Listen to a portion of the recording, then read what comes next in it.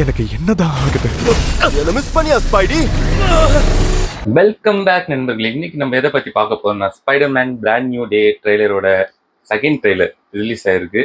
அதோட ரிவ்யூ மாதிரி பார்க்க போறோம்.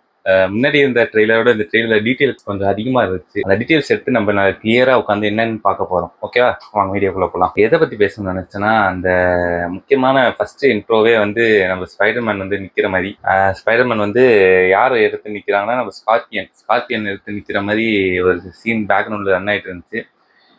அதுல வந்து நம்ம நார்மலா தான் சண்டை போட்டு இருந்த ஸ்பைடர்மேன் வந்து திடீர்னு என்ன ஆயிடுச்சு, பவர் என்ஹான்ஸ் ஆகி அந்த கருப்பு கண் வந்துருச்சு. அதாவது அதோட பவர் வந்து மியூட்டேட் ஆகி கருப்பு கண் வந்து பாக்குறவங்கள தான் படக்க ஆரம்பிச்சிட்டாரு. அது வரைக்கும் நார்மலா ஒரு மனித நேயத்தோட சண்டை போட்டுட்டு இருந்த ஸ்பைடர்மேன் திடீர்னுட்டு அவருக்கு பிடிச்ச அந்த ஸ்கார்பியனோட வாழை பிடிச்சி சுத்தி சுத்தி சுத்தி சொட்டி போட்டு அங்க வந்த போலீஸ்கார் மேலேயே எடுத்து தூக்கி போட்டு அடிச்சிருவாரு. அது அந்த போலீஸ்கார்லயே ஆள் இருந்திருப்பாங்க, கண்டிப்பா அவங்களுக்கு அடிபட்டிருக்கும். அது எப்படி அதை ப்ரெசென்ட் பண்ணிருக்காங்கன்னு தெரியல. ஏன்னா அவர் அடிச்சதுக்கு அப்புறமும் ரொம்ப நார்மலா நிக்கிற மாதிரி தான் இருந்துச்சு. முறைச்சிட்டு அப்படியே அதை பார்த்து நின்றுட்டு இருப்பாரு காரை. எனக்கு தெரிஞ்ச வரைக்கும் 2 பர்சனாலிட்டி இருக்கிற மாதிரி காட்டுவாங்கன்னு நினைக்கிறேன்.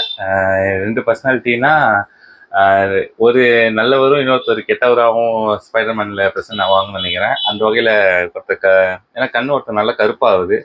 அவர் அவரோட கண்ட்ரோல் அவர் இல்லைன்ட்டு. அப்போ ட்ரெய்லர் போக போக தான் தெரியுது அவருக்கு வந்து அவரோட ஆர்கானிக் வெப்ஸ் வந்து அவரோட கண்ட்ரோல்ல இல்லை.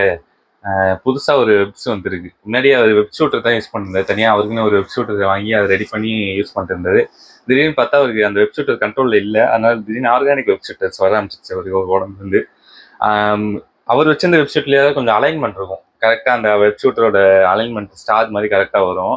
ஆனால் இவரோட ஆர்கானிக் வெப் ஷூட்டர் வந்து இந்த அலைன்மெண்ட்டே இல்லை. ஏதோ தானோ அப்படியே எக்கச்சக்கமாக தெரிச்சிட்டு இருக்கு. அதோட கண்ட்ரோல் பண்ண முடியல. அவருக்கு ஸ்பைடர் சென்ஸ் இருக்கும், இருந்தும் அவரால் கண்ட்ரோல் பண்ண முடியலன்னா அப்போ அதோட வெப்சூட்டரோட பவர் பார்த்துக்கோங்க. அவரோட ஆர்கானிக் பவர், அவரோட வெப்போட பவர் வந்து ரொம்ப ஏகபோகமாக அதிகமாக இருக்குது. அதனால எதுவும் பண்ண முடியாமல் போகிறதுனால அவர் வந்து இப்போ வந்து அதுக்கு அதை எப்படி யூஸ் பண்ணுங்கிற ட்ரைனிங் எடுத்துட்டு இருக்காரு. அதனால கொஞ்சம் அப்படியே ஒரு மாதிரி சட்டிலாக கஷ்டமாக இருக்குது. மற்றபடி வேற ஒன்றும் இல்லை. வேற என்ன ட்ரெய்லரை பார்த்த வரைக்கும் ஜீன் கிரேவை இன்ட்ரடியூஸ் பண்ணியிருக்காங்க. ஜீன் கிரேவான்னு தெரியல. 100% எல்லாரும் சொல்லி சுற்றுறதுனால நம்மளோட சொல்லி சுற்றுவோம். ஜீன் கிரே, சாடி சிங்கர்ஸ் ஜீன் கிரே. அவங்க வாய்ப்பு ரொம்ப தெரில. அது சொல்றதெல்லாம் பார்த்தா எல்லாரும் சொல்லிட்டு சுற்றுறதுனால மோஸ்ட்டாக வாய்ப்பு இருக்குன்னு தான் நினைக்கிறேன். ட்ரெய்லரே படத்தாட்டம் நாங்கள் பைரசி பண்ண போகிறோம் சுற்றிட்டு இருக்கனால வாய்ப்பு இருக்குது. மேபி ஜீன் கிரேவாக இருக்க வாய்ப்புகள் ரொம்ப அதிகம். ஜீன் கிரேவா இருந்தால் அந்த பொண்ணுக்கு ஏகபோகமாக பவர் செஞ்சு என் ஸ்பைடர்மேனை தேடி வருதுங்கிறது படத்தை பார்த்தா தான் நமக்கு தெரியும். என்ன படம் என்ன கான்செப்ட் ஒன்றும் புரியல. ஆனால் எனக்கு தெரிஞ்ச வரைக்கும் ஸ்பைடர்மேனுக்கு ஒரு அட்வான்டேஜ் இருக்கிற மாதிரி தான் தெரியுது உங்கள் பவர்ஸுக்கு நடுவில். ஏன்னா இந்த பவர்ஸுக்கு நடுவில் பாதிக்கப்படாத ஒரே சென்ஸ் வந்து ஸ்பைடர்மேன் சென்ஸ் தான். ஏன்னா ஸ்பைடர் சென்ஸ்னு இருக்கிறதுனால எந்த விஷயத்துக்கும் பெருசாக பாதிப்பு இல்லாதனால அழகாக எல்லாத்தையுமே டேக்கிள் பண்ணி கடந்து போயிட்டு இருக்காரு. அதனால அவரோட பவர்ஸ் மட்டும் ரொம்ப தனியா வந்து தெரியுது. அதே மாதிரி பனிஷருக்கும் அந்த மாதிரி அஃபெக்ட் ஆகுதுன்னு நினைக்கிறேன். அந்த ட்ரெய்லர்லேயே எல்லா சீன்லயுமே ஒரு சீன்ல ஒரு பிளாஸ்ட் நடக்கும். அந்த பிளாஸ்ட்ல எல்லா மக்களும் அப்படியே ஒரு மாதிரி கண்ட்ரோல் ஆகி இருப்பாங்க. ஆனா பனிஷர் மட்டும் அது கண்ட்ரோல் ஆக மாட்டாது. தெரியல, மேபி பனிஷருக்கும் அந்த அந்த அளவுக்கு கேப்பபிள் இருக்கான்னு தெரியல பனிஷருக்கும். அந்த அந்த லெவல் மைண்ட் கண்ட்ரோலே ரொம்ப ஈஸியாக கண்ட்ரோல் பண்ணிட்டு பனிஷர் அப்படியே கெத்த நின்று இருப்பாரு. சரி, ஓகே, இங்கதான் அடின்னு அடிக்கிறாங்கன்னு சொல்லிட்டு ஹல்க்கு கிட்ட போய் ஹெல்ப் கேட்போம்னு சொல்லிட்டு நம்ம சாவேஜ் ஹெல்க், அதாவது சாவேஜ் ஹெல்க்கா இல்லை, சாவேஜ் ஹெல்க் வந்து ஒரு டிவைஸ் போட்டு ஏற்கனவே நம்ம சிஎல்குள்ள பார்த்துருப்போம். ஒரு டிவைஸ் போட்டு இப்போ அந்த டிவைஸே கொஞ்சம் அட்வான்ஸ்டாக இருக்குது. அந்த டிவைஸை அட்வான்ஸ் பண்ணி இந்த டிவைஸ் வந்து நான் வந்து ஹல்கா மாறாமல் தடுக்குதுன்னு சொல்லிட்டு ஸ்பைடர்மேனை எக்ஸ்பிளைன் பண்ணிட்டு இருப்பார் பீட்டர் பார்க்கருக்கு. பீட்டர் பார்க்கர் தான் ஓ அப்படியா கேட்டுட்டு இருப்பாரு. கேட்டுட்டு சரி இப்போ எனக்கு ஒன்று நடக்குது, எனக்குன்னு சொல்ல மாட்டேன், அது எப்படி அது மென்ஷன் பண்ண போறான்னு தெரியல, எனக்கு நடக்குதுன்னு தெரியாம எப்படி சொல்ல போறாரு அப்படிங்கிறது தெரியல. மேபி அது ஏதாவது புதுசா ஏதாவது சம்திங் எக்ஸ்பிளைன் பண்ற மாதிரி இருக்கலாம். பத்தாவதுக்கு ஒரு மிஷின் வேலை பில்ட் பண்ணி கொடுத்துருக்காருன்னு நினைக்கிறேன். அவர் பண்ணதான், ஏன்னா இவர் தனியா பண்ணியிருக்க டவுட்டு தான். பாவம் பஞ்சத்துல இருக்காரு அவரு, சாப்பாட்டுக்கே வழி இல்லாம என்ன வேலை செஞ்சுட்டு இருக்காரு கூட தெரியல. இந்த ஸ்பைடர்மேன் படம் வரப்பதான் தெரியும். அந்த இருக்கிற சமயத்துல என்ன பண்ணிருப்பாரு, எப்படி யார் அந்த மிஷின் பில்ட் பண்ணி கொடுத்தாங்கன்னு தெரியல. மேபி அவரே பில்ட் பண்ணியிருக்கலாம், சொல்ல முடியாது. ஆனால் கொஞ்சம் நல்ல ஸ்ட்ரக்சர்ல மிஷின் தான், ஸ்கேன் பண்ற மிஷின் தான். அந்த பேக்ல இருக்கும், பேக்ரவுண்ட்ல காட்டுறாரு. இப்போ ஒன்னொன்னா போகும். நம்ம ஸ்டாட்டிசிங்க்கு வந்து சரி ஹல்கை தேடி போகணும். திடீர்னு பார்த்தா ஸ்டாட்டிசிங்க்கு வந்து ஹல்கை கண்ட்ரோல் பண்ணுற மாதிரி ஒரு சீன் எடுத்துருவாங்க. ஹல்கையை கண்ட்ரோல் எடுத்து அந்த டிவைஸ் உடச்சு போட்டு ஸ்டாட்டிசிங்க்கு வந்து ஹல்கை வந்து கண்ட்ரோல் பண்ணி ஸ்பைடர்மேனை பொலன்னு இன்ஸ்ட்ரக்ஷன் கொடுக்குற மாதிரி ஒரு இன்ஸ்ட்ரக்ஷன் இப்போ ப்ரோக்ராம் பண்ணிடுவாங்க. முன்னாடி இதில் நடந்திருக்கும், ஏஜ் ஆஃப் அல்ட்ரானில் நடந்திருக்கும். அப்போ வந்து நம்ம அயன்மேன் வந்து ஹல்க் பஸ்டர் வச்சு அடிச்சு நோத்திருப்பாரு. இப்போ ஸ்பைடர்மேன் தனியாக சமாளிச்சுட்டு இருக்காரு. ஆனால் அவர்கிட்ட அந்த ஆர்கானிக் வெப் ரொம்ப ஸ்ட்ராங்காக இருக்குது. அதை வச்சு முடிஞ்ச அளவுக்கு மாஸ்டர் பண்ணி கண்ட்ரோல் பண்ணிருக்காரு.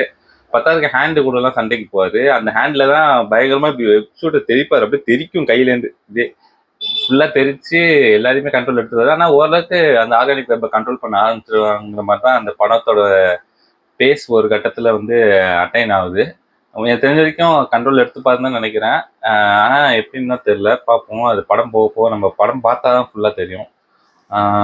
ஆர்கானிக் வெப்ஸையும் அவர் கண்ட்ரோல் இருக்க ஆரம்பிச்சிருவாரு. ஹல்கையுமே எப்படியோ ஒரு வகையில் கண்ட்ரோல் பண்ணிட்டு நம்ம சரி நம்மளோட எம்ஜேவை காப்பாற்றோம்னு சொல்லிட்டு எம்ஜேவை காப்பாற்றுறதுக்காக கிளம்பி போயிட்டு எம்ஜேவை கூப்பிடலான்னு சொல்லிட்டு எம்ஜே கூப்பிடலான்னு போனால் எம்ஜேக்கு ஏன்னா சேடி சிங்க்கு ஹல்க்கு எப்படின்னு தெரிஞ்சிருக்கும், எம்ஜேக்கு என்ன தெரிஞ்சிருக்கோ அப்படியே தெரிஞ்சிருக்கு. எம்ஜேயை பார்த்து மதிக்கல எல்லாமே தெரிஞ்சு வச்சிருக்காங்க. அடுத்து எம்ஜே வந்து எப்படினாலும் சேடி சிங்க்கு எப்படினாலும் எம்ஜே என்னென்ன பண்ணுறான்னு தெரிஞ்சிருக்கு. அதாவது ஜீன் கிரேவா ஏதோ ஒன்று இப்போ சேடி சிங்க்குன்னே வச்சுக்கோம்.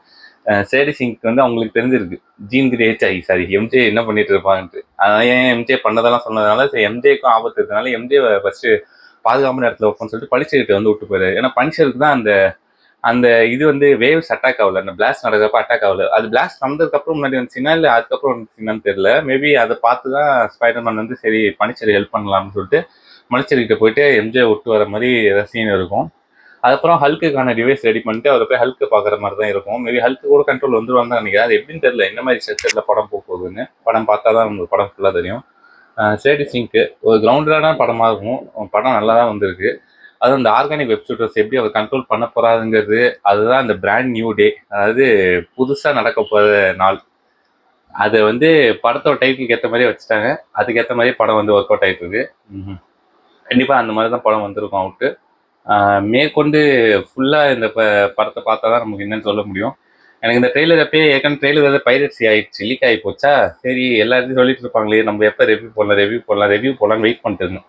ட்ரெய்லர் ரிவ்யூ, ஏன்னா எல்லாருமே ட்ரெய்லர் பயங்கரமாக இருக்குது, படத்தை ட்ரெய்லரில் விட்டான்னு சொல்லிட்டு இருந்தாங்க. சரி ஓகே அப்படின்னு சொல்லிட்டு நம்மளும் பார்க்கலாம் அப்படின்னு சொல்லிட்டு தான் இந்த இது எடுத்தேன்.